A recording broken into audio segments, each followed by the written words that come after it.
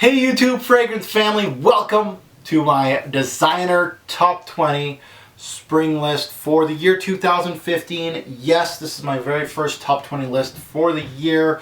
Don't let me know in the comments below. Maybe go ahead. Let me know in the comments below how late I am on this list. I know I'm late, but better late than never. You guys are going to see this channel being peppered with top 20 lists. I want to catch up in the next month. I gave myself a deadline here. I'm going to pepper you guys with my spring, my summer, and my fall lists, all hopefully this month, the month of September. So let's get into it. My designers for spring.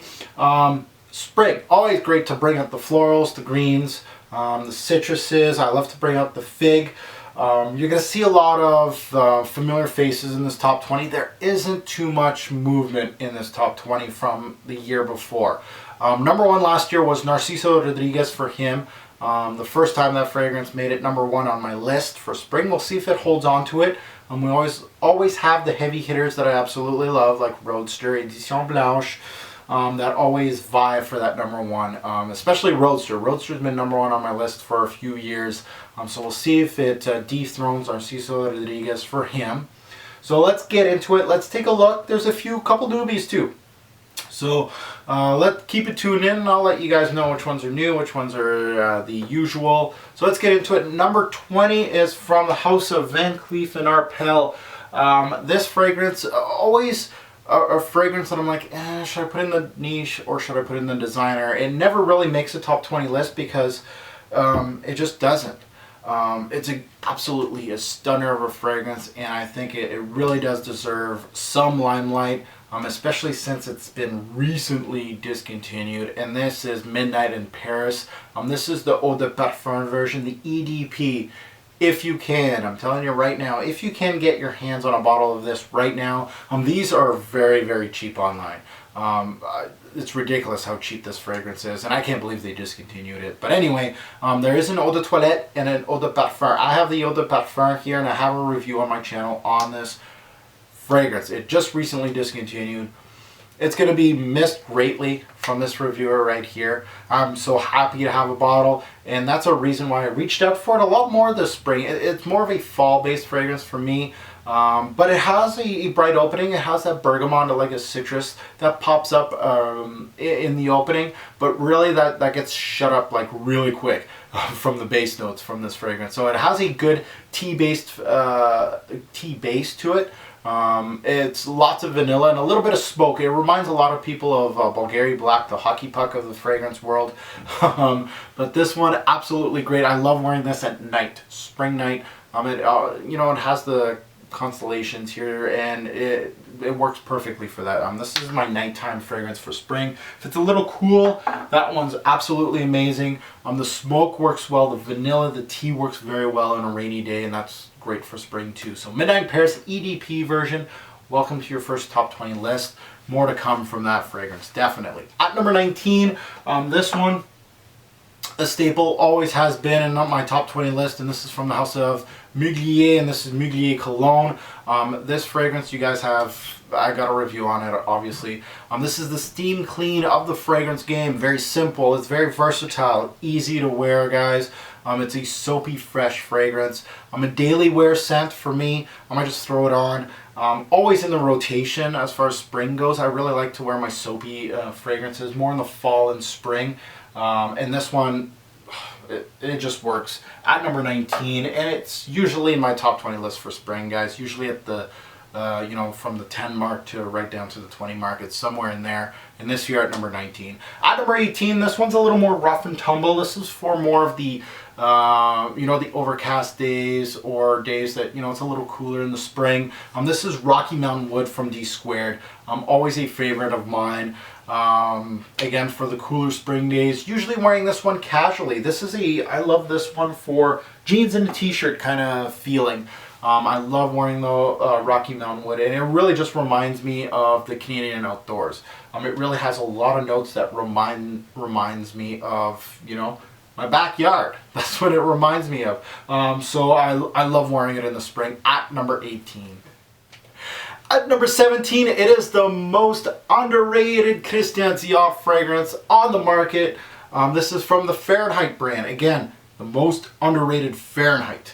I really love this one. If you guys are a fan, even though if you're not a fan of the Fahrenheit brand as a whole, you know, Fahrenheit, Fahrenheit Absolute, Fahrenheit Le Parfum, Aqua Fahrenheit, that whole brand, this one is totally different from the rest of the group. That's why I like it so much. It's just out there, and I guess that's why it doesn't sell very well. But this one is called Fahrenheit 32.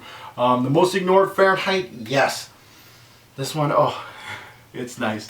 It's got some good depth to it. It's very creamy. The vanilla in this fragrance, very creamy. Check out my review on this one. Very, very good notes. Very, very good score, not notes, from me. Also almost has like a coconutty, almost like a uplifting green, citrusy, coconutty intro to the vanilla base. I really, really like this one in the spring. It has a little bit of depth to it, so you got to be careful. I'm not wearing it in the high heat, but in the spring, if it's overcast or anything like that, Fahrenheit 32 just works.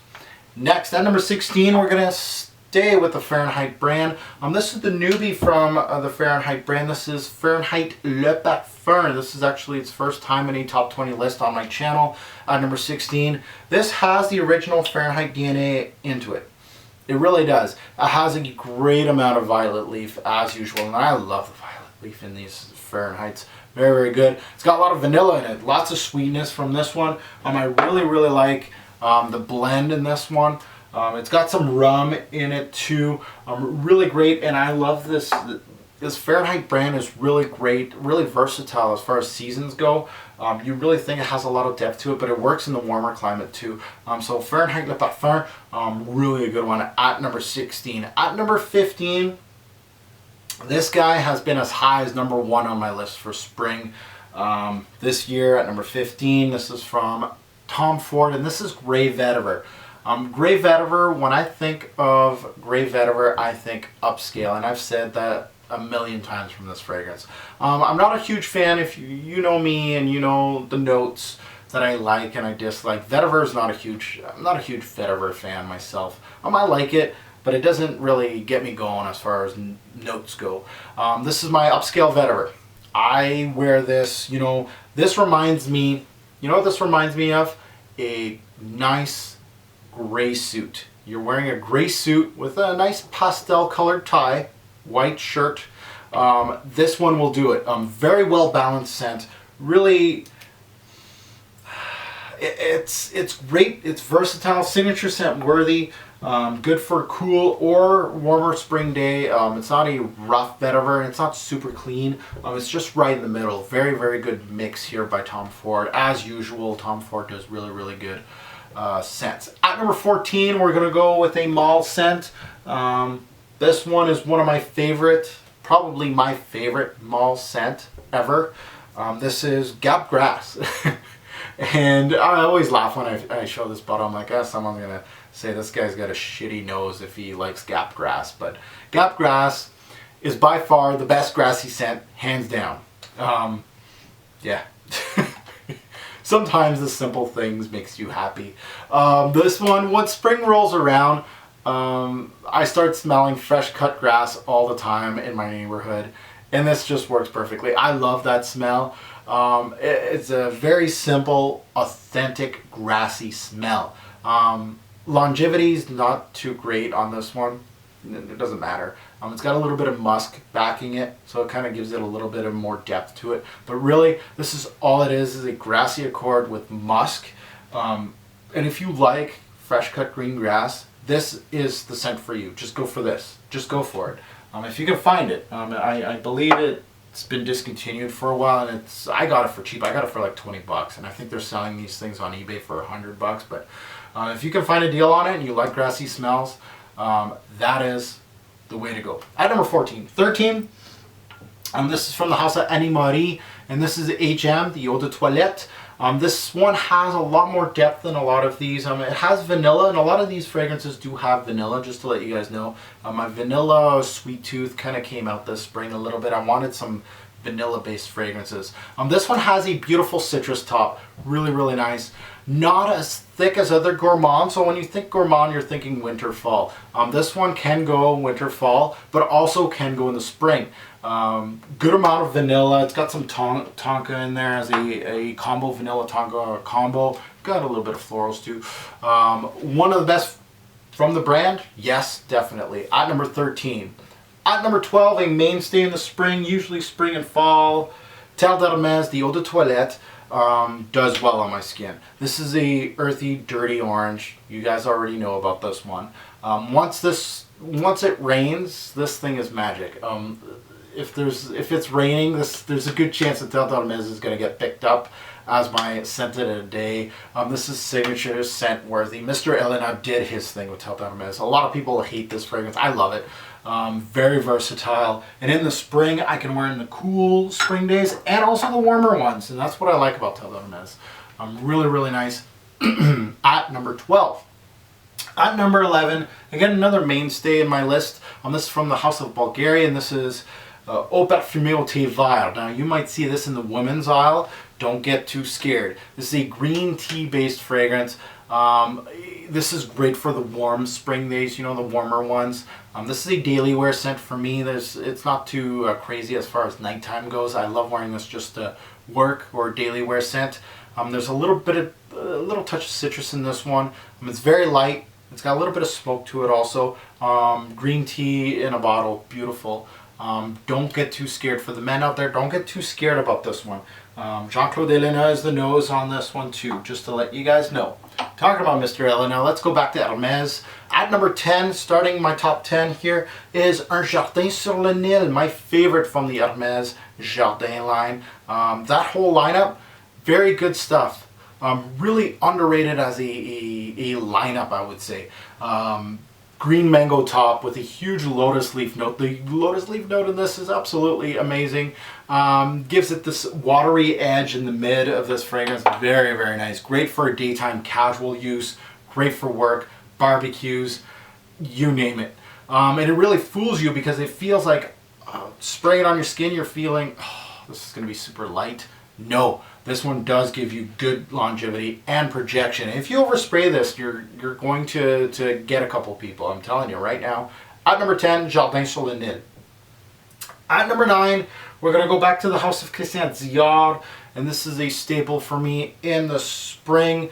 This is Diorum. Class in a bottle? Yes. Classy, upscale, iris-based fragrance. This is another kind of like dressed up fragrance. You know how I'm talking about gray vetiver? These two are my classy springtime fragrances. If I'm wearing a suit, tux, or going to a nice place, this one is a dressed up fragrance. Can be worn casually. Perfect for a suit during the spring. Careful when it warms up though. This one it can get powdery on you. That iris, you know, it can get powdery a little bit, so you gotta watch out for the high heat with this one. But as far as a rainy day, let's say in the spring, or it's overcast a little bit, and I'm wearing a suit, Diorum is the way to go. At number 9. Now at number 8, oh, I hate putting this fragrance so low on this list. It's been a staple of mine, freaking for years, and it's always a contender for number 1 on my lists. But the note of mint, always great for spring. Definitely one of my favorites from the House of Cartier. This is Roadster. Don't be fooled on how low it is on this list. This fragrance is a jewel in the spring.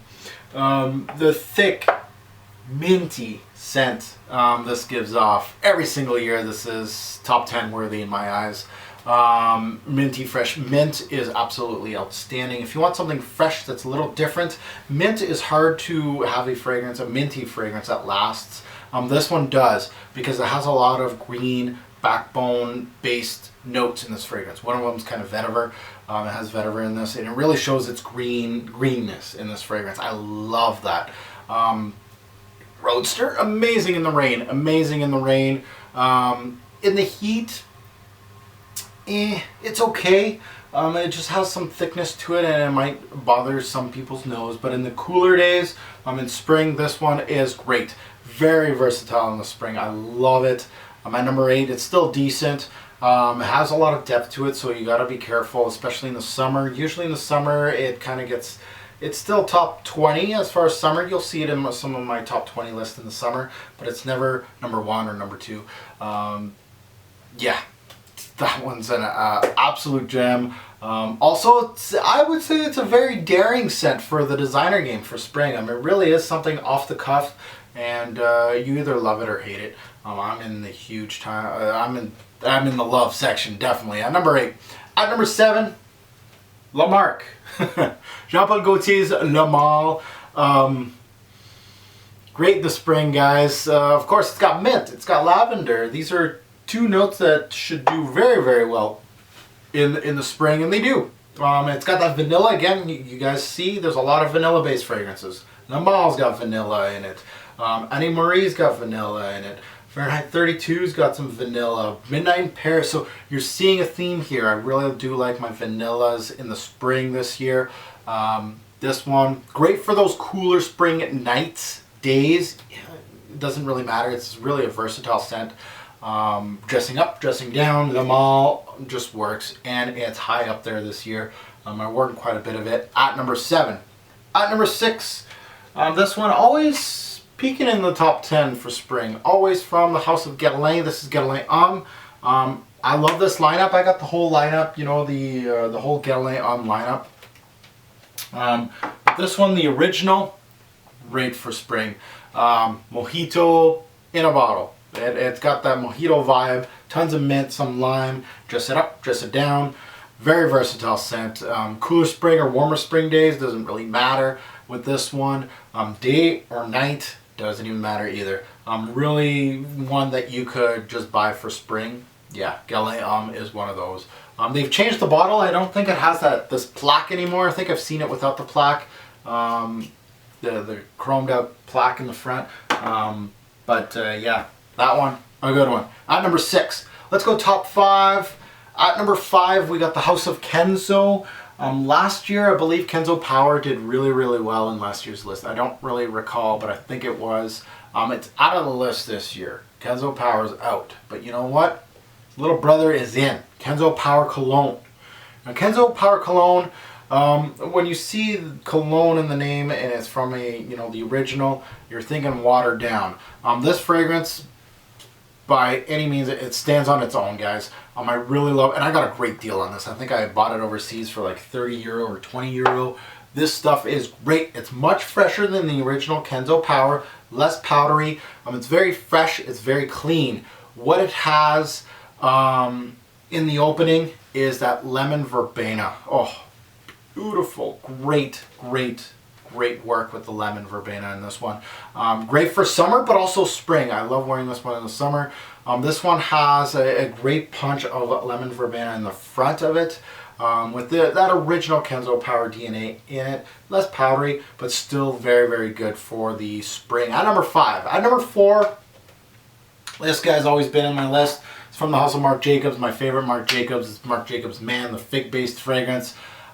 This one, the fig in this gives you a coconutty vibe. That's what I love about this one. It's a watery fig-based fragrance.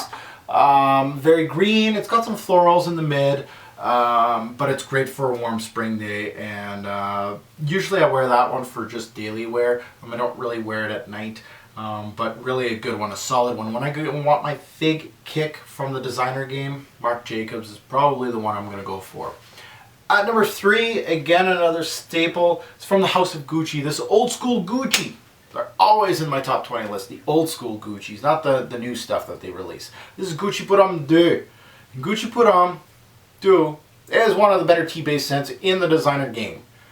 Arguably the best tea-based fragrance in the designer game. Yes, I've said it. I love wearing this one indoors, outdoors. Very versatile. Very calming scent. I love this. It just reminds me, you know what this reminds me of, Gucci Pour Homme 2? Rainy day outside, kind of, not sad, but you're staying in for the day, Gucci Put 'em 2 is a perfect type of scent for that. You're staying in, you're going to read a good book, you're going to hang out with somebody, you're going to watch movies all day. This is that kind of scent. It kind of has that warm cup of tea feel. It's really a thin fragrance. It doesn't have much to it. It's not very thick. But for a tea-based fragrance, it really does hit the spot. The cinnamon in this is beautiful. Forget about it. Gucci Put 'em 2. One of the best Gucci's on the market today at number 3. At number 2, this one always vying for the number 1 spot. It's from the house of Chanel. I think it's one of their best allures. This is Allure Edition Blanche. And Edition Blanche, you guys know, ever since I started my channel back in 2009, I've been a huge fan of this. The lemon cream pie of the fragrance game, yes it is. It has some depth to it than any other citrus in the game today. It really has, I classify it as a citrus, but it has a lot of depth to it. And that's what I like. It has some thickness to it too. So it's perfect for the fall, but I love to wear it in the spring. As you can see, it's one of my mainstays for spring. Great for one of those cooler spring days. Good for the warmer spring days too. Great for work. Good signature scent. You can wear it, dress it up, dress it down. This is one of those that this guy was actually in the running for my wedding day scent. That's how nice. I love this scent. Allure Edition Blanche, always either top 5 or top 10 for spring. Always for me. Now that goes to number 1. Well, secret is no longer a secret. My number 1, 2 years running, is Narciso de Rodriguez for him. Why is it number 1? Why isn't it Roadster or Edition Blanche? You know what it is? This stuff, I just think it's the uniqueness of Narciso de Rodriguez that's getting to me the past few years. It's great for fall, it's great for winter. It's usually in the rotation for fall, winter, and spring. Always a mainstay in this list, to be honest. Not the most complex scent, but it has a uniqueness to it in the designer game. Spring nights, most spring nights, Narciso de Rodriguez, after a day of rain and it stopped raining and the concrete's still wet and you're going out, that's what this smells like. And that's usually when I wear this. It just goes with the whole night. The wet concrete smell is a great tone, and it comes from the musk in the set. Very, very well done by the nose. Outstanding musk. Rain, overcast, anything that has like, I kind of reflect this as like a moody, like a dark moody scent. This one is, yeah, that's why it goes with the rain and the overcast of spring, especially on a nighttime when you're going out and the streets are bare and they're wet. This reminds me of. Great for a spring day or night. It all depends on your mood, but Narciso Rodriguez has been worn quite a bit from me in the past couple of years. So again, number 1, back to back. That's a feat by itself. Thank you for watching, guys. I know it's fall in most places, or at least summer. But thank you for watching. Hopefully you enjoyed the video. Let me know in the comments below what your top spring were back in 2015, a few months back. Do you agree with the list? Do you disagree? What do you think about my number 1, Narciso back to back? Yeah, let me know. And in the comments, if you watch this video and you're like, you know what, he's missing this, he's missing that, you let me know. I'm always looking for something that is different in the designer game as far as spring goes. If you got a new like fig-based fragrance or something that has mint in it, or something that's just daring or different for spring, let me know in the comments below, and I'm gonna look it up and I might buy a bottle and it might show up in one of these lists. So let me know in the comments. Thank you for watching, guys. As usual, have a good one.